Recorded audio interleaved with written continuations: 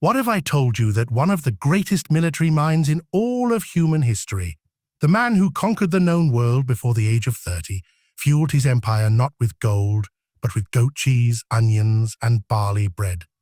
You've heard of his battles, his conquests, and his ambition, but today we're uncovering a different side of Alexander the Great. The one seated at the table, not the throne.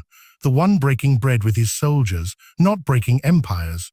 This is the story of what Alexander the Great actually ate, and why it mattered more than you think. Born in 356 BCE in the ancient kingdom of Macedon, Alexander was raised not just as a prince, but as a warrior in the making. His father, King Philip II, believed in strength, discipline, and grit. This wasn't a court of comfort. It was a training ground, and that philosophy extended right to the dinner plate. Alexander's early meals were simple, basic, Spartan in spirit. Bread made from barley or wheat, sometimes baked flat on stones. Goat cheese, thick and tangy, olives plucked from hardy trees, a raw onion to chew like an apple. Nothing luxurious. Every bite was meant to prepare the body, not to pamper it. Even as a child, Alexander was being trained for endurance, not indulgence, not indulgence. When Alexander began his studies under the philosopher Aristotle, his diet remained intentionally restrained. Aristotle taught him logic, philosophy, ethics, and science. But perhaps more importantly, he taught him the virtue of moderation. There's even a legend that says Aristotle warned Alexander, "Let your food be plain and your habits plainer." In those formative years, Alexander developed a mindset that food was not a luxury, but a tool, a means to sharpen both body and mind. He didn't eat to feel good. He ate to be better. That belief followed him as he set out to conquer the world. When Alexander began his military campaigns at the age of 20, after his father's assassination, food quickly became about logistics. Marching an army through scorching deserts, freezing mountains, and hostile terrain meant that meals had to be compact, durable, and practical. Soldiers were given rations of dried meat, salted fish, black olives, onions, and a kind of hard biscuit that could survive weeks in a satchel. Flatbread baked over stones was common. Nuts and dried figs were a valuable source of energy, and wine, always diluted with water, was the drink of choice. Strong drink was discouraged before battle. Alexander believed in clarity, in focus. Even water at times was scarce, and many of his men would go thirsty. But Alexander often refused to drink unless everyone had enough, winning loyalty through discipline and sacrifice. And this is where things get interesting. Despite his status as king, as a living legend even in his own time, Alexander rarely allowed himself greater comfort than his troops. He ate with them. He sat beside them. He suffered when they suffered. There's a famous account during a brutal desert march where a soldier found a small amount of water and offered it to Alexander in a helmet. Alexander looked at the water, thanked the man, and then poured it onto the ground in front of the entire army. His message? If they don't drink, I don't drink.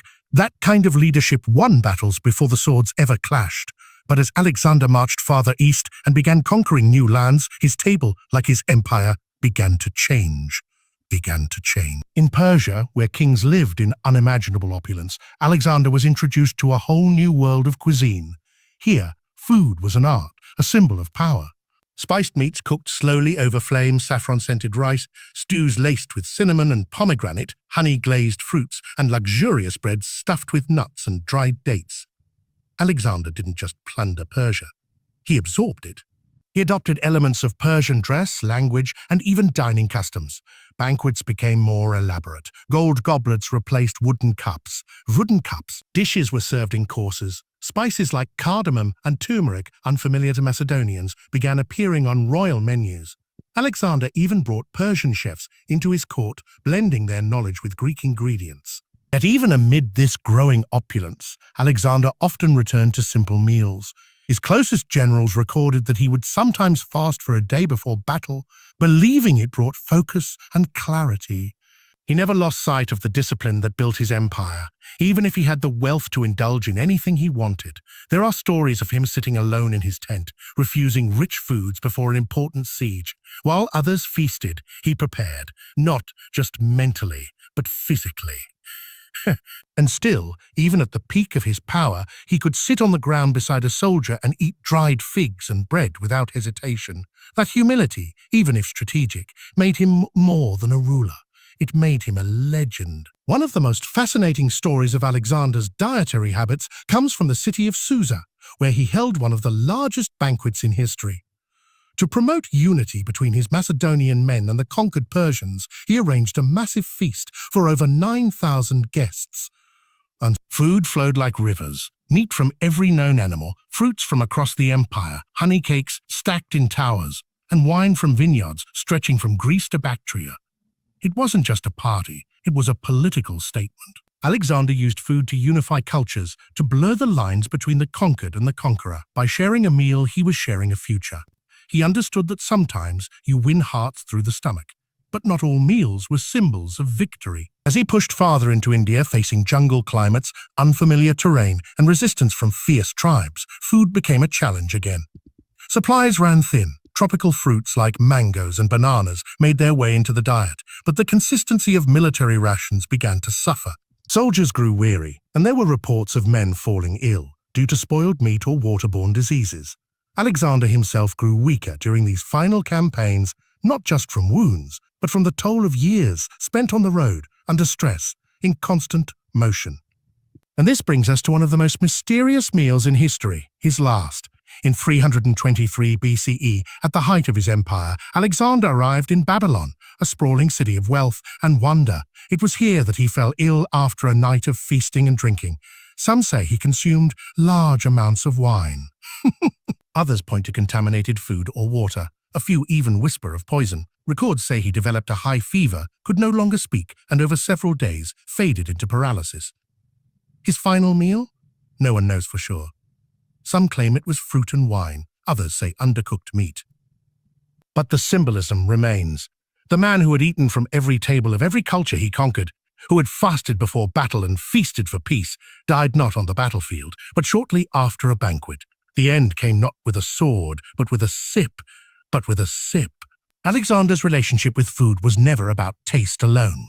It was political, philosophical, strategic. He understood that what a leader eats and how he eats sends a message. His early meals shaped him. His campaign meals bonded him with his men. His royal banquets forged alliances. And his final feast became a mystery that still fascinates historians today.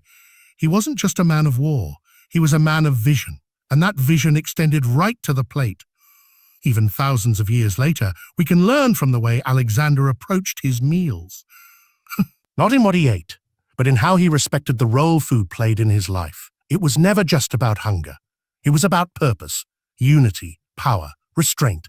Whether he was chewing onions in a dusty camp or sipping wine from a gold goblet, every bite told a story.